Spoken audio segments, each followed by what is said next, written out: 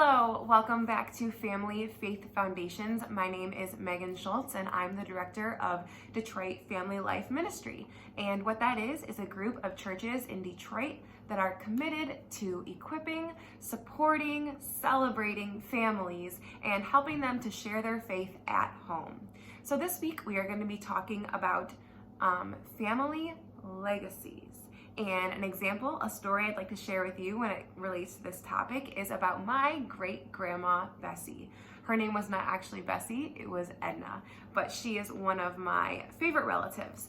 And when I was growing up, she lived in southern Missouri. So we would go visit her in the summer. We'd usually drive through the night and get there super early in the morning, and I didn't want to go to sleep. I just wanted to spend time with my great-grandma. So we would be in the kitchen, rolling out pie dough, making biscuits, and I loved baking with her. I also just loved being in her house with her. I can still remember the way it smelled, and she had a creek that ran along the side of her house, and we loved to play out there, which was different than what we had at our house here, so it was fun to play there, and I have great memories of visiting her.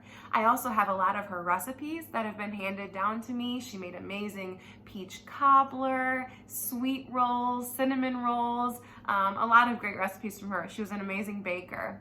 And I also have this ring that I got when she passed away, and I wear it every day in memory of her. So I have great memories of visiting her, her recipes, and this ring that all remind me of her.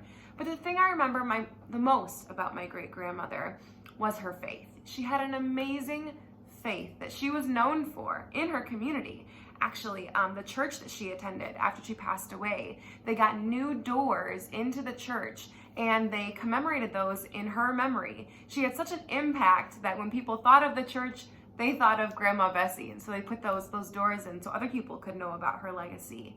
And her legacy was a lot about service towards others. So she would bake things and give them away to people. She actually, I'm pretty sure, was the lunch lady at the Lutheran church in her community. She had definitely a life of service towards others. And that idea of Christian service trickled down then to my grandmother, who was her daughter, and my grandfather. They both were amazing servants in the church in Detroit and other parts of the country that they have served.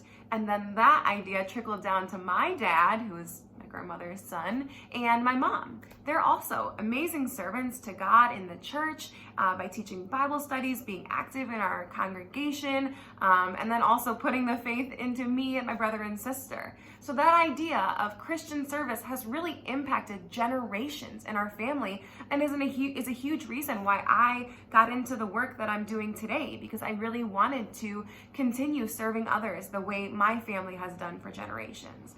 So I share this story with you today just to make you think. I'm sure that there's a lot of things that you are teaching to your children, like such as character traits of being honest or being on time or being respectful of others. Maybe you are passing down recipes too, or traditions to do for holidays like Christmas or, different holidays that your family celebrates.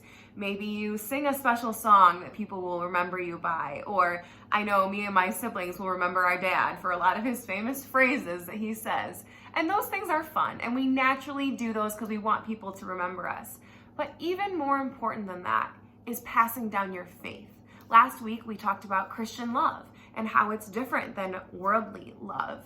That's something that your family, people that you are around, might not get from Facebook or social media or by watching the news or reading the paper. That's something that can uniquely come from you. Whether you have a family or not, I don't. I'm single, but I try to share Christian love, the love that God has given to me, to everyone that I come in contact with, my Christian friends, my non-Christian friends, all people that I meet.